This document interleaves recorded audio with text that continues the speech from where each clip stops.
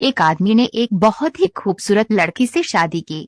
शादी के बाद दोनों की जिंदगी बहुत प्यार से गुजर रही थी। वह उसे बहुत चाहता था और उसकी खूबसूरती की हमेशा तारीफ किया करता था। लेकिन कुछ महीनों के बाद लड़की चर्म रोग स्किन डिसीज से ग्रसित हो गई और धीरे धीरे उसकी खूबसूरती जाने लगी। खुद को इस तरह देख उसके मन में डर समाने लगा कि यदि वह बदसूरत हो गई तो उसका पति उससे नफरत करने लगेगा और वह उसकी नफरत बर्दाश्त नहीं कर पाएगी। इस बीच एक दिन पति को किसी काम से शहर से बाहर जाना पड़ा। काम खत्म कर जब वह घर वापस लौट रहा था, उसका एक्सीडेंट हो गया।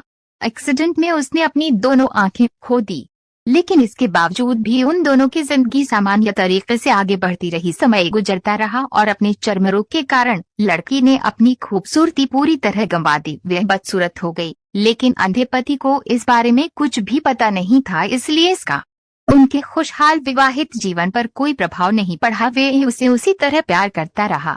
एक दिन उस लड़की की मौत हो गई। पति अब अकेला हो गया था। वह बहुत दुखी था। वह उस शहर को छोड़कर जाना चाहता था।